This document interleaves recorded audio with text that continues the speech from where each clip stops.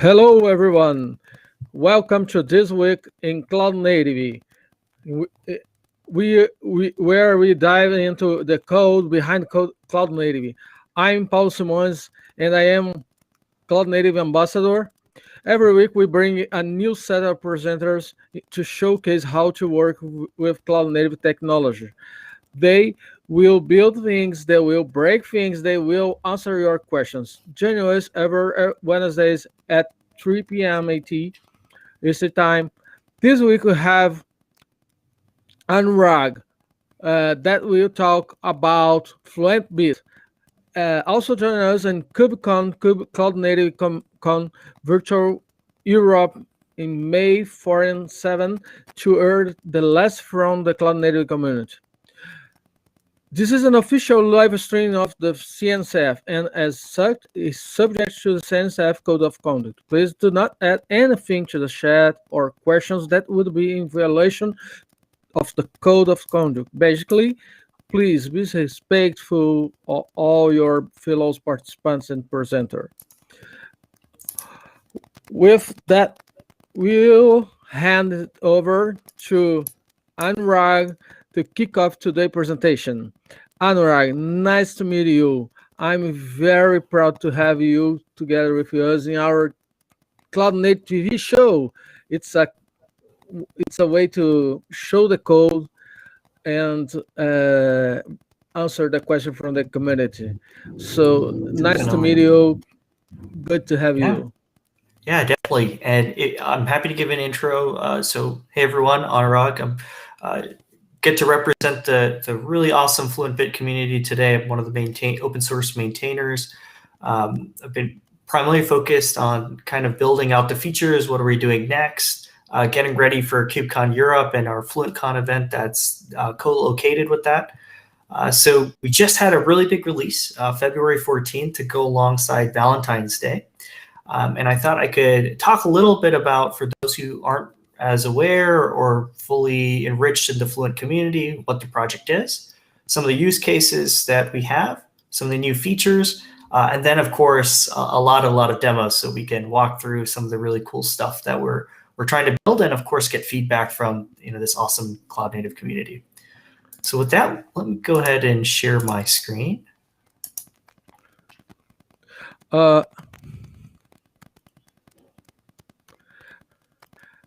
Anurag, just before a little bit you start your presentation, I'm very excited about this project.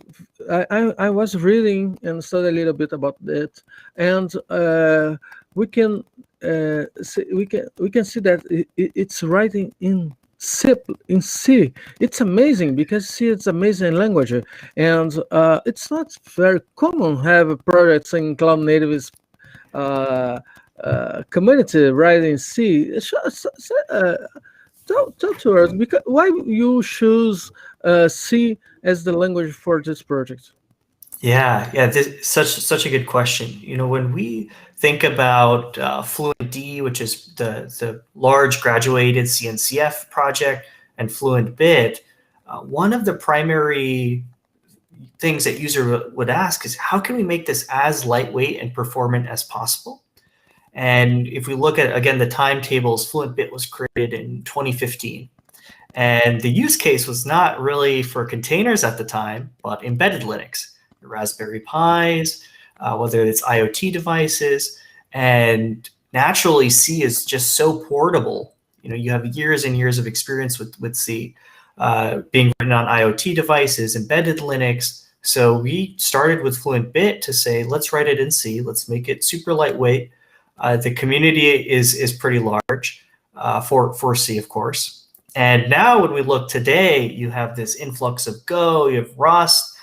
So some of the ways that we've tried to cater towards that and make it easier to contribute is adding Go plugins with Fluent Bit. So you can write plugins. The way Fluent Bit works is you have many sources, many destinations. You can write those plugins in Go.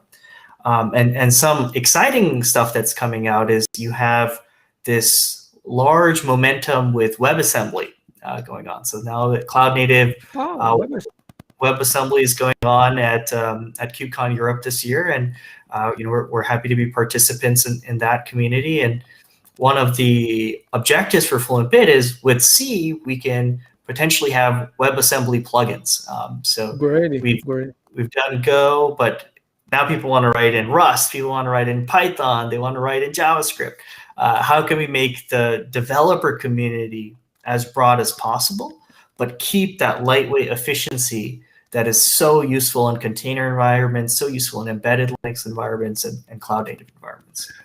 I saw that the further Flint project that is CNSF project. It was read in some parts in C, in other parts in Reb, and different Flint Bit. It's pure C. This decision was to be more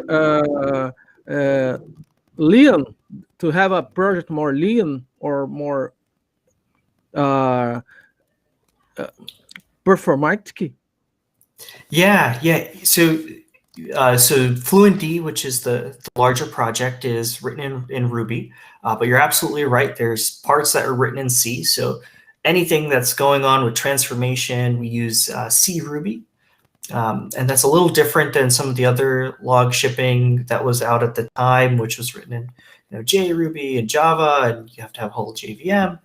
And when we looked at that package, which was still around a couple hundred megs of memory, how do we make it lightweight for some of these embedded environments where every meg of memory counts? And the same thing might be true of containers. Is C was allowing us to get into less than a meg of memory being used residually, micro CPUs being used. It was such a lightweight profile that it just made sense to leverage that. Right? We don't have any environmental piece that needs to come out. We can just deploy. It's a binary. It's compiled. It goes and runs. And over time, of course, more folks are adding on to this. We're seeing more users that want to deploy this and essentially replace some of the applications with this new lightweight C project. So yeah, it is getting a little larger, but the core tradition of lightweightness and performance is both there.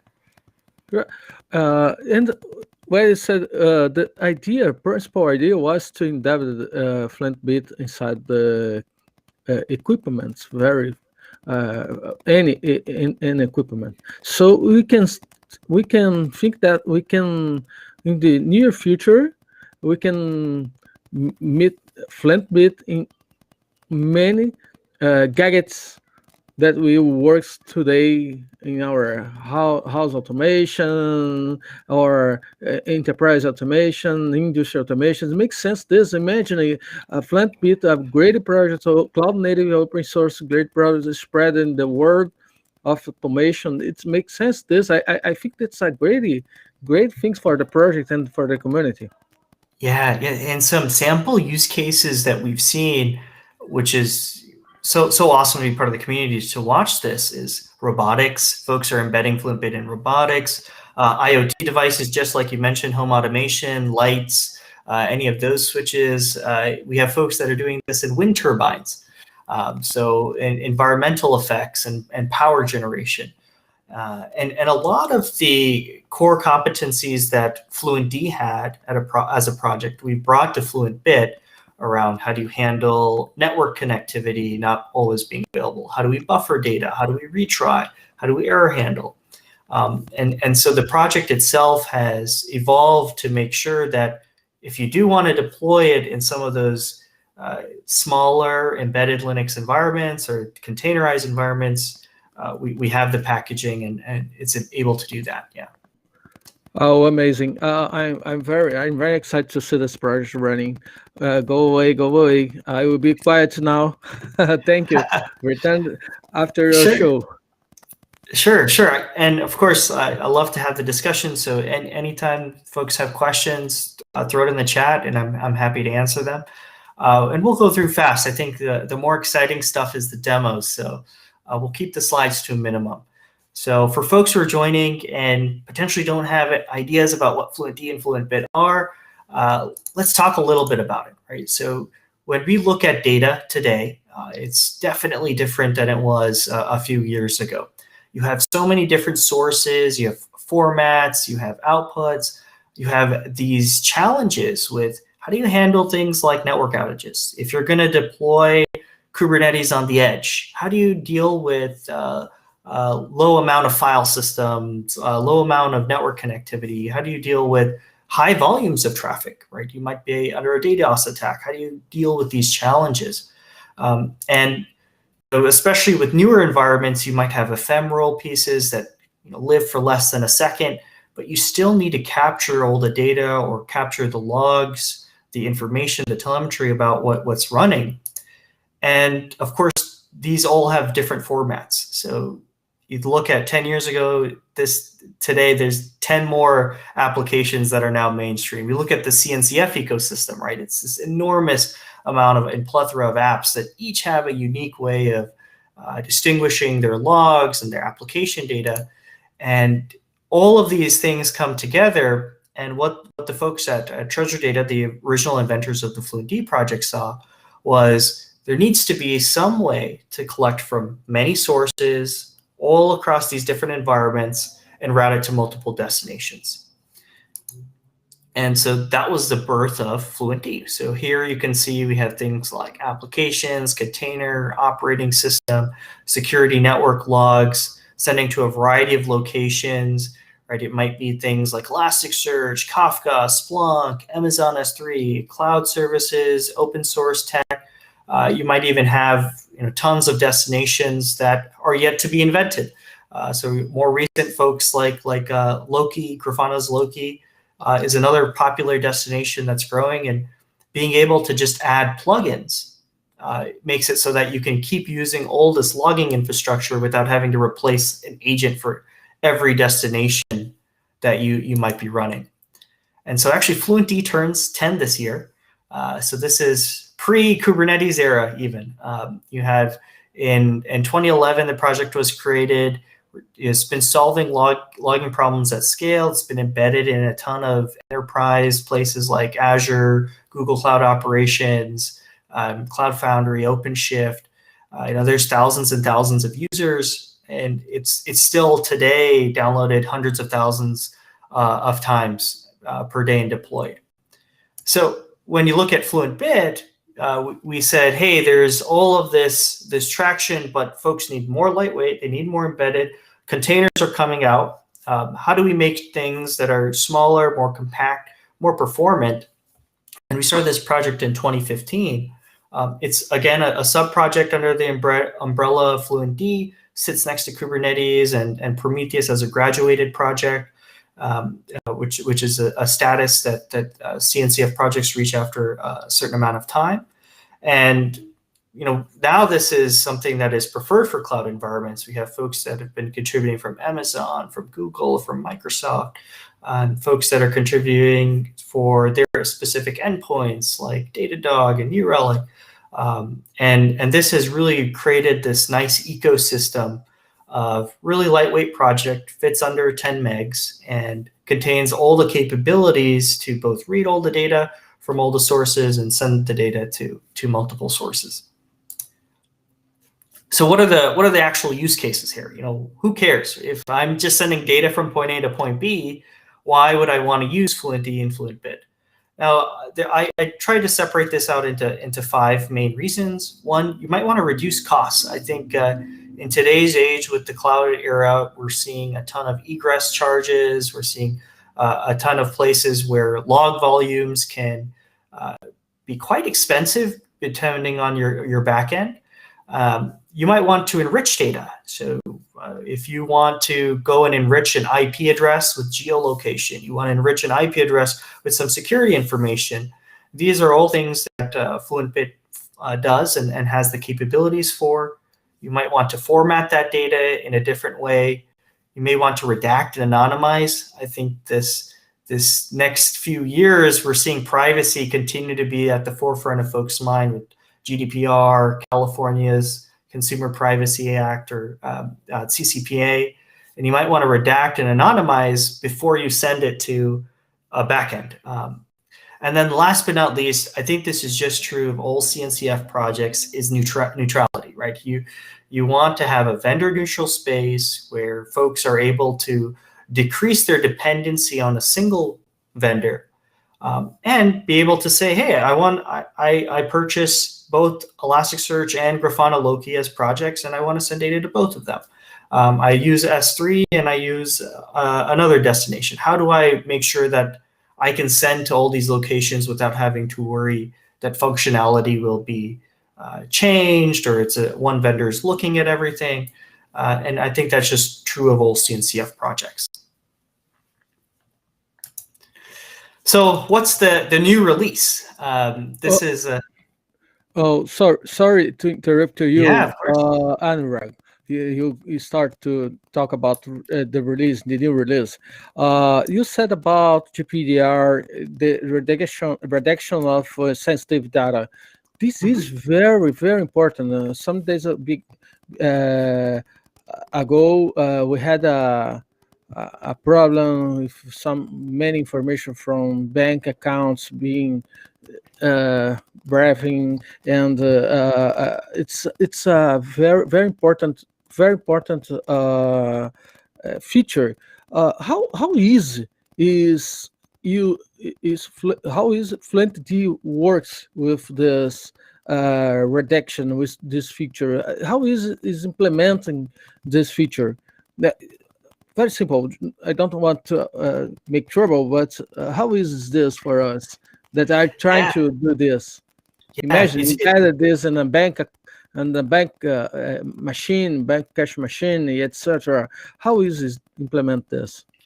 yeah. It's a really good question. So there's a couple ways that we support these type of redactions. The most obvious is if it contains X, remove it. So if you find a credit card number, you find a first name, you find an address, with something very simple like regex, you can just remove that whole entire message.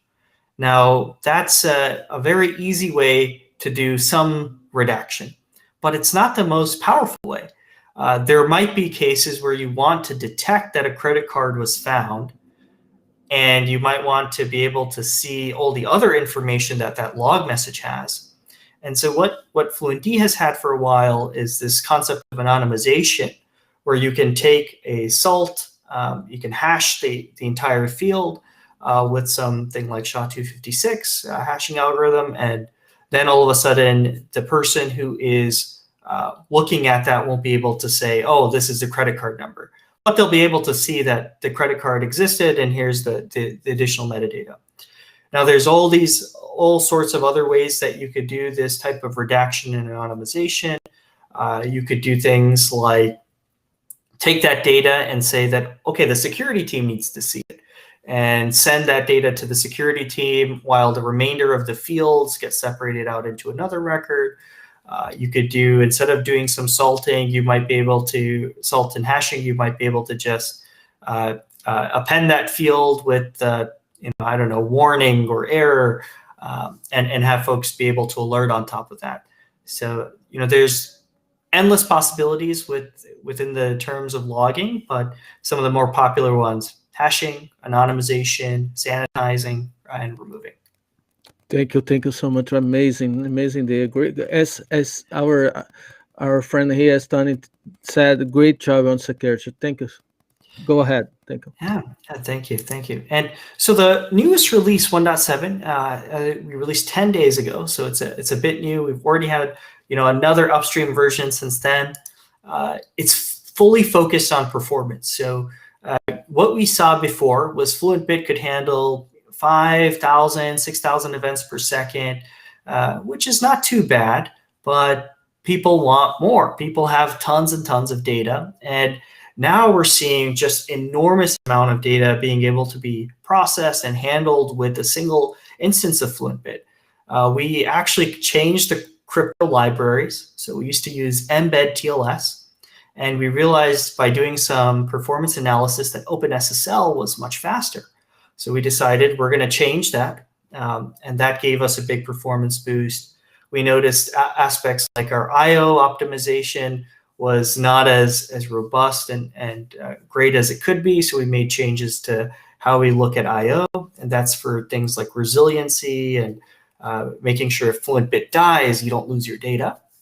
And then, of course, the one that everyone had been asking for so long is give us multi-workers. Let us run.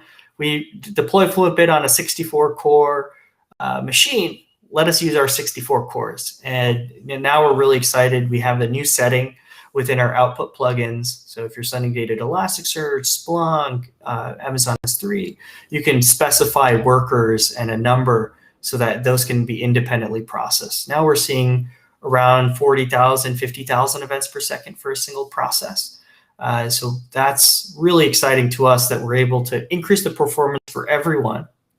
And then two, if you have the scale and the resources, you can now use that worker setting to maximize that throughput, maximize the performance. And then, of course, from a plugin side, Fluent Bit comes prepackaged with all its plugins. We added GeoIP as well as HTTP input. And these are great ways for folks to ingest data from, say, serverless functions. If folks want to enrich their data with GeoIP data, that's something that is now possible. Use a GeoIP file alongside, and we'll go ahead and filter it. And these join all the other plugins we have as well. So if you're sending data to, say, InfluxDB, you're sending data to Splunk, you're sending data to Datadog, etc. These plugins just join the fray in terms of all of the capabilities that exist today. So yeah, I highly encourage folks to try it out. We'll go through some demos here to see what the coolness is with using Fluent Bit 1.7. So the next section I have is actually stream processing. And so this has been a function that has existed in Fluent Bit for a while, but it is something we're continually evolving. And one of the aspects that we've learned from the community is folks will say, hey, I'm doing all this routing and rules and regex, but how do I do aspects more like processing? How do I reduce or do some computations on the data as it's in flight? And if you remember, our goal with Fluent Bit was to be very lightweight, not use too many resources.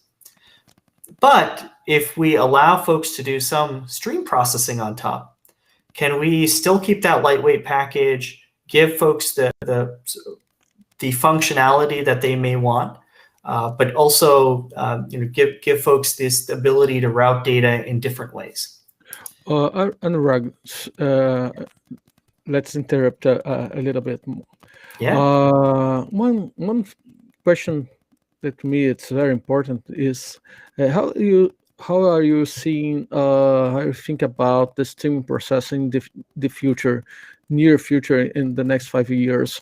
I think in many things.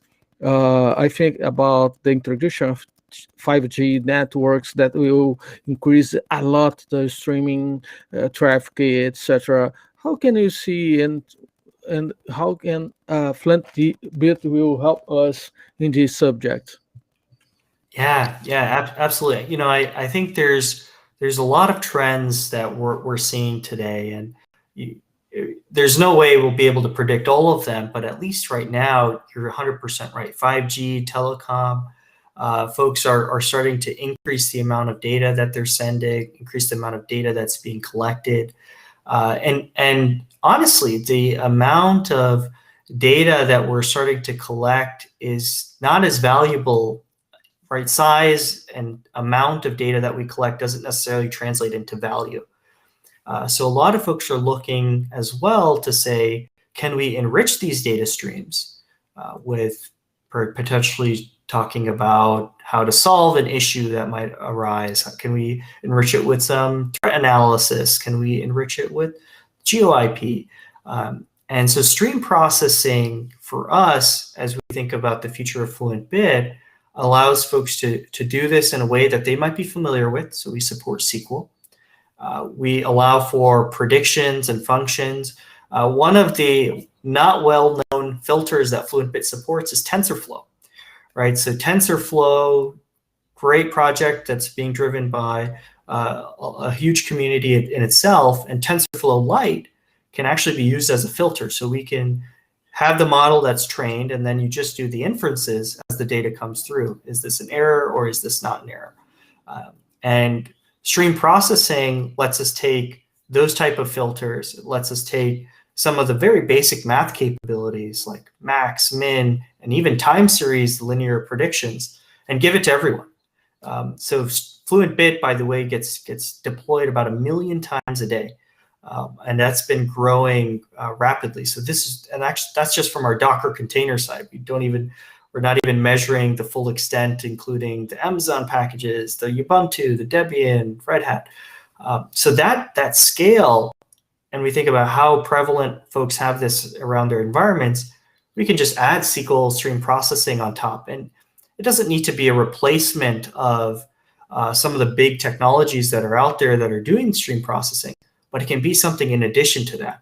It can be something that you use to do some really quick checks. Hey, let me do some summary. Let me do some max. Let me do some minimum. It doesn't require a database. It requires the same lightweight profile that you already have. And it's schemaless. So it's not something where you need to define all the data ahead of time. You take a file and you can run some stream processing. You can run some SQL on top of that. You can connect to some Kubernetes logs, do some stream processing on top of that. And the basic gist of this is you can use stream processing, route data where it needs to go. You can aggregate data, reduce costs, and then you can predict, run functionality, run computations on top of this, process it. Thank you so much. This is very important for our future, and really the future is today, because everything's running now will increase a lot. Thank you so much. Let's go to streaming processing. Yeah, absolutely. So we talked a little bit about the use cases there. I think it's time just to jump into some of the demos, to be quite honest. So I'm going to go ahead and switch my screen here. And we're going to switch into...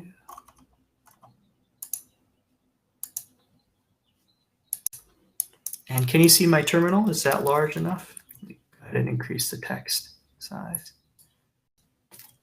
Oh, maybe too large. Okay, so this terminal, I have Fluent Bit already deployed or installed, I should say. And what we're going to do is walk through a few examples. So the first example is going to be, how do I do some quick selections of data? How can I take, say, Apache? I have Apache HTTP access logs, and I want to select all of the HTTP codes that have 200. It's a very basic, a simple example. But to showcase this, let me first go ahead and show the configuration. So if we go to vim etctd agent bit, and I have example1.configuration, and this is the totality of my Fluent Bit configuration. I have a service definition that says how often am I sending data, which is every 1 second, the log level, the parsers file, and the streams file. So the stream files is what dictates the actual query or stream processing that's going to occur. From an input side, I'm going to be reading a file, var log Apache, and anything that has a .log in that path. I'm going to use an Apache parser. So with Fluent Bit, we ship a bunch of parsers out of the box. Apache, Nginx, syslog, both RFCs. We ship CRI logs, Docker logs. So all those formats come out of the box. A tag. So the way that Fluent Bit routes events is generally through its tagging system. So if you are pulling in data with Apache, we're labeling it Apache, and then when we're outputting that data, we're going to do something very simple. We're going to just output this to standard out, and we're going to match all of the tags that are available. So now let's look at that streams file to see what stream processing job we're going to run. So here, same thing. So here, we're going to redefine a stream task, rename it, called HTTP 200 code. We're going to create a stream. We're going to use this tagging system. So we're going to create a new tag called HTTP 200. And here you're going to see SQL. We're going to do select star, the entire record, from the tag Apache, where the code is equal to 200. So only events with the code 200 are going to show through when we run the stream processing job.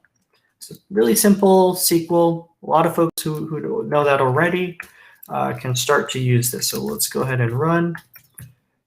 We're going to run it like this. Okay, and there we go. It's a little voluminous because we have 1,000 records in that file, but let's just highlight a few of these. So let's look at this last message. So here we had a get method, and we have the code is equal to 200. Same thing over here, code is equal to 200, and so on and so forth. So we've taken all of the various codes that exist within that HTTP access, Apache HTTP access log, and said, only send me the ones that have 200s. Anything else, 400s, 500s, we don't care about. Now, is that the most useful thing? Maybe, but it's maybe not, but it's the start of our stream processing journey. So now let's look at a little bit more of a complicated example. So next, we're going to take a look at our example 2. And similarly, instead of this time sending all the 200s, we're going to aggregate our 404 errors. So instead of sending 1,000 logs and selecting from those 1,000 logs, we're going to take those 1,000 logs, make some computations out of it, and then pump that out to our standard out. And so this time I'm using a different stream file, streams2. So let's go ahead and look at that file.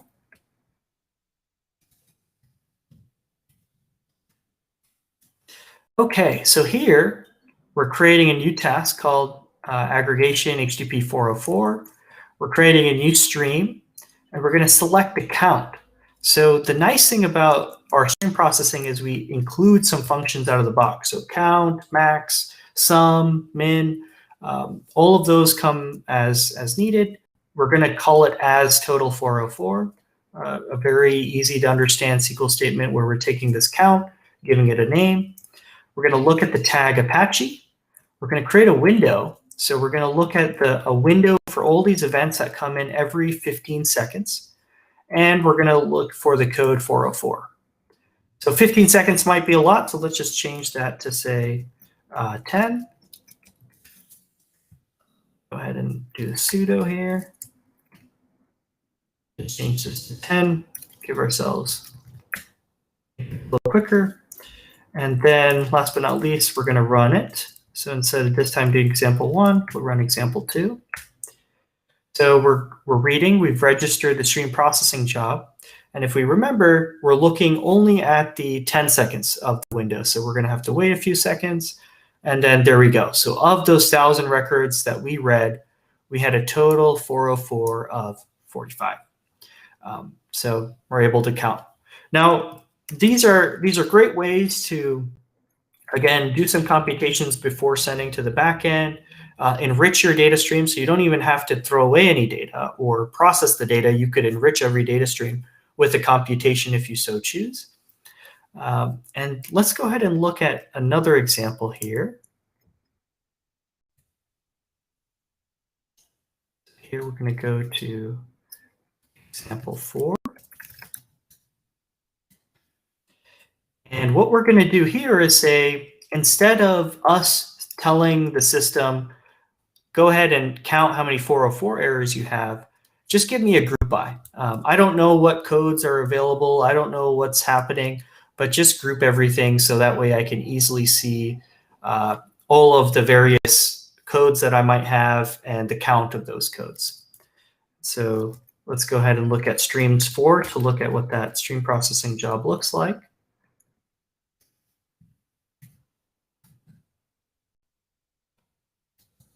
And so here we're creating a brand new stream, HTTP aggregation with tag. We're selecting the code. So whether it's a 200, 404, 500, we're going to do count as total count. And we're going to do that from the same exact data source that we were doing before. This time we're using a window of 10 seconds. And last but not least, we're grouping that by the code. So here we can go ahead and quit. And let's go ahead and run our fourth example. The same thing, we're going to have to create a window. We're ingesting all this data. It's all coming in rapidly. We're going to wait 10 seconds, and there we go. So now we have, you can see there were 905 200s. There were 38 301s, 12 500s, and 45 404s. So it's a great way to look at all of this data that's coming in. You might not understand how all of it is working. You want to do some sort of computation on top of it. You want to group it a little bit.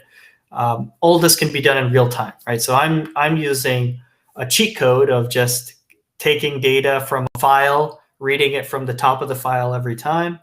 But absolutely imagine you're tailing that file. You're tailing Kubernetes data. You're tailing your IoT metrics. And that comes in a bunch. Anurag, let me ask you one question. This configuration that you are showing to us is for the agent, right? Mm-hmm. Yep. Yeah. So you should put this. The agent will go embedded in a container or equipment. So you should to put this configuration in each component, right? Exactly. Yes. Exactly. Okay. So do you not exactly now, but at the end of your presentation, do you have any case where you need to do like a continuous deployment of this kind of solution? When I think about not only Kubernetes with containers, that is something that we know, but something like distribute this for many dispositives or equipments and gadgets. How can we is there a use case where you do this continuous deployment to maintain this configuration up to date with the needs of the customer or needs of the business case? Yeah, really good question. So absolutely, folks need to update their configuration. We typically don't see folks update their configuration a lot. So you'll create these stream processing jobs, and then you'll go and deploy it, and it runs. The project runs, it goes, grabs the data, transforms it, enriches, etc. And one of the largest features that we're working on this year is actually live reload. So right now, the configuration is very static. But Fluent D, for example, has this capability of saying, oh, I have some new configuration. Let me reload without interrupting my current stream. And we want to bring that to Fluent Bit as well. Today, it is something where what folks will do is, just like you mentioned, continuous deployment and continuous understanding of how this is going to get rolled into the new environment is essential. Kubernetes can assist with that by allowing you to do rollouts, and our Helm chart has rollout as the upgrade way, so it will slowly take one container down and put the new container up. And so this is a really key part of, like, right now, if you're using it as a package, you're installing it straight on the OS. Live reload isn't there. You're going to have to use the CD deployment methods that you already have. Kubernetes, we have some that are out of the box, but you need to use the Helm chart and some other deployment methods.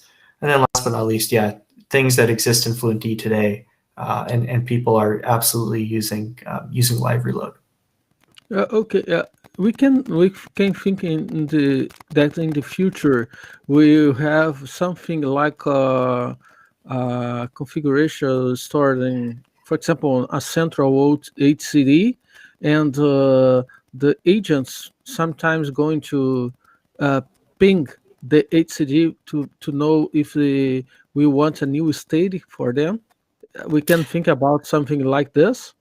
Yeah, we've been thinking about that a lot. So I invite folks in the community who are interested in this topic, come join us. We're trying to find ways to build the pipeline of allowing things like remote configuration.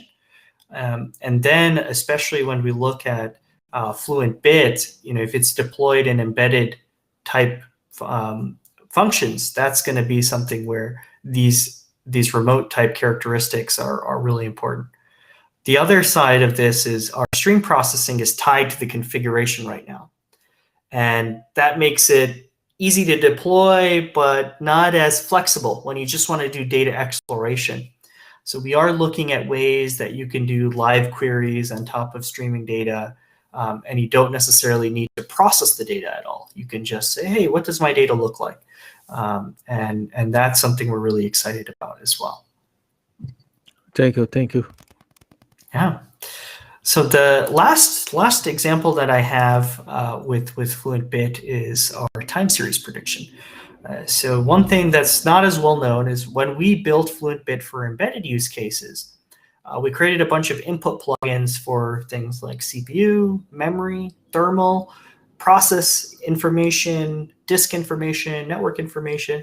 And these metrics today are not necessarily something that's fully metric based. They're log based metrics, but they're out of the box, they're included. And if you're using them or collecting metrics with Fluent Bit, you can use the stream processing to do some time series predictions. So if we look, we'll start with our example 3. And in this example, we have our 2 inputs. We're creating a CPU input. We have an input for memory. And they don't have too much configured.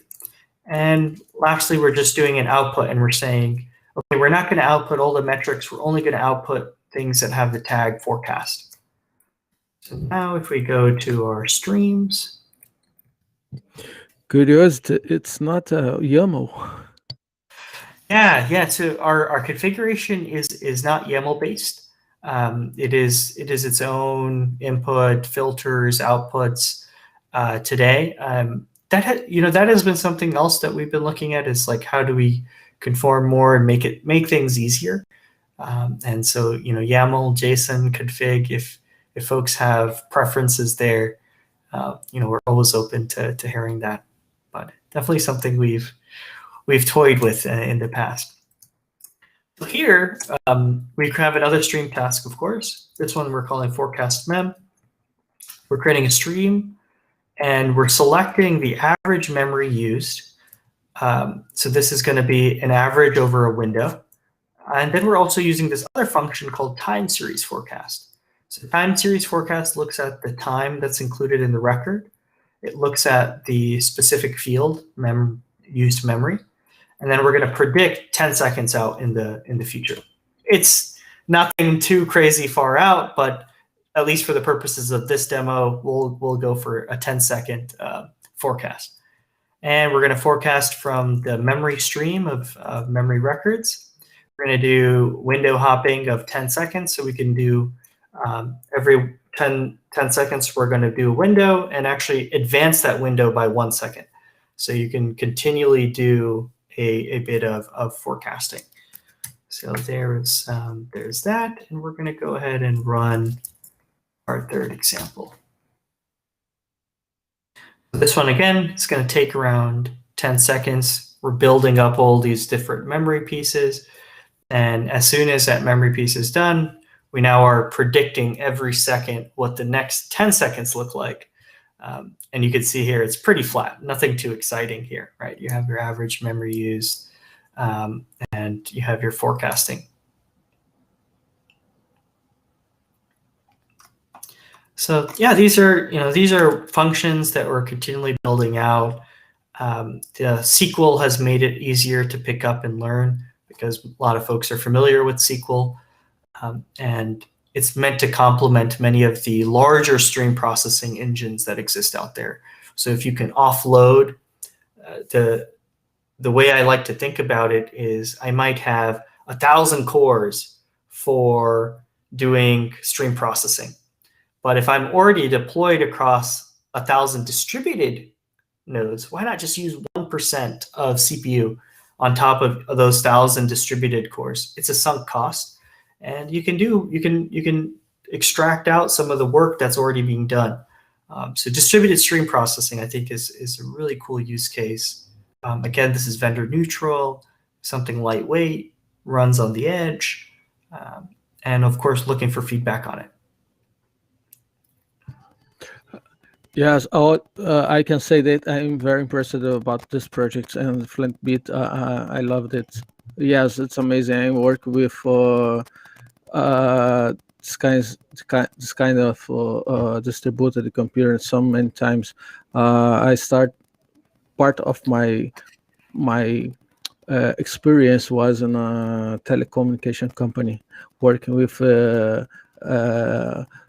telco machines, telecommunication equipments for call recording, etc., call switching, etc. So it was a challenge to work with the current behavior of all calls during all time, 24 hours per 7 days. Was really difficult, and this kind of feature with time series, with a capability embedded something that can be very useful to get the current state of this machine doing their work around the country, around the globe. It's amazing. Congratulations. I'm very impressed about this project. I really appreciate that. And we still have a lot to do. So the work is never ending, as are all CNCF projects. We invite folks to join the community. So we have a Slack that's quite active. We have around 5,000 users, slack.fluentd.org. We also have a channel in the CNCF Slack channel. So FluentD, there's around 500 folks there. We have a Discuss forum that we just released. So we're moving away from Google Groups, discuss.fluentd.org. That includes both Fluent Bit and FluentD. So a lot of areas and places we could absolutely use the community help. So if you're interested in contributing to open source, you want to get started with open source, have a lot of stuff that folks could pick up. Otherwise, the feedback, the participation is phenomenal. Anurag, I'm sure that we'll have many folks are trying to contribute, trying to participate in these projects. I have someone in my mind, but can you show to us how can we where is your community? I know that there is a Slack from Fluent D organization, but maybe the GitHub, and I will invite you and guys from Fluent D to return any other time to prepare a hands-on, maybe a hands-on lab to contribute for Fluent D. It's I think that's amazing because we want to bring the community to contribute. So I want to invite you to do this, if possible, of course. We'd love to. We'd love to. I think as we make stream processing easier, we want more folks to use it. We want more feedback, and I think that this would be a fantastic place to do that. And in the next KubeCon Europe, what we can wait for Fluent D? We have a couple of really good things in the works. The first is we have a FluentCon event. So FluentCon is going to be alongside KubeCon Europe. Highly recommend folks look to register for that. We're reviewing sessions right now. They're looking pretty excellent, really interesting. And the next bit is that we're also looking to align ourselves with more of the ecosystem.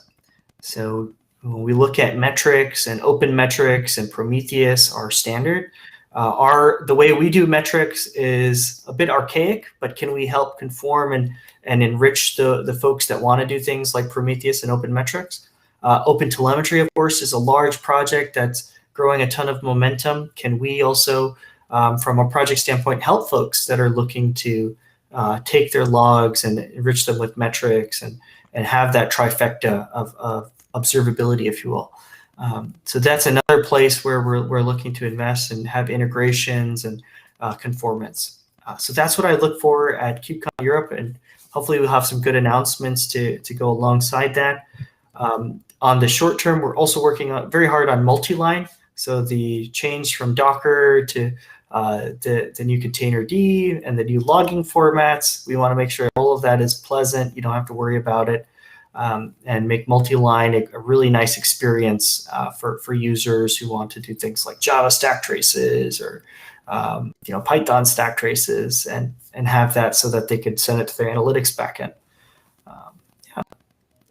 Oh, Anurag, just my last question. Sorry, but I'm very interested about the use case and the adoption about this project. Do you have, of course, not explain any details, but do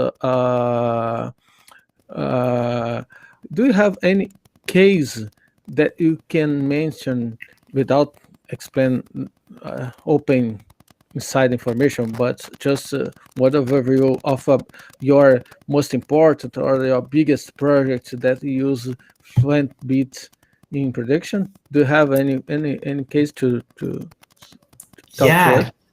Yeah, so I think so. Most of them are actually public, which is great.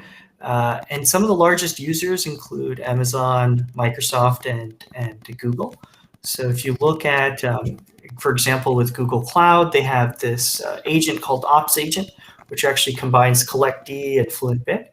And so if you're going to deploy that and need to route those logs for Windows or Linux, that is used with Fluent Bit today. Similarly with Amazon, there's a lot of documentation and blogs about Fluent Bit. Amazon contributes a lot to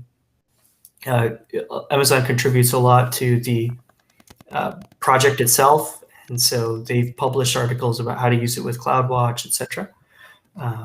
And from a end user perspective, there's quite a few financial folks that are routing 200K plus servers of logs.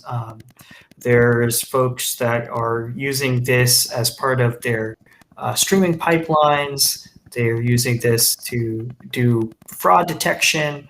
And yeah, there's a lot of use cases, and I'm hoping if you're watching and you have a good use case and you want to present or write about it, we would love to have it. I would love to have you on the Fluent Bit blog, maybe something like this. We could talk about it more. Oh, great, Anurag! I'm looking forward for the next chapter of this novel, because this project, it's amazing. Thank you so much. Everyone have here the link for the FluentCon. That will be an amazing event, a side event from KubeCon. And we don't have questions more. I did all the questions and give to you your last minute comments, please. Yeah. I think, again, we're really happy to be part of the CNCF. We really enjoy talking about the project, but even more, we love folks to give us feedback, participate, have a real community to build off of. So join our Slack, join our Discuss forum, join us at FluentCon. We're open to work together, and hope that folks want the same. Thank you so much, Anurag, and thanks everyone for joining us today. The last episode of the week, this week in Cloud Native, our Cloud Native TV show. It was a great to have you and Rag talk about Flint Beat. It was an amazing project. We also really loved the interaction that we had today and the audience that we had. Thank you so much, everyone. We bring you the last Cloud Native Code every Wednesday at 3 p.m. Eastern Time. And next week, we'll have other amazing projects to show you the code. Thank you so much, everyone, for joining us today, and see you the next week. Thank you, Anurag. See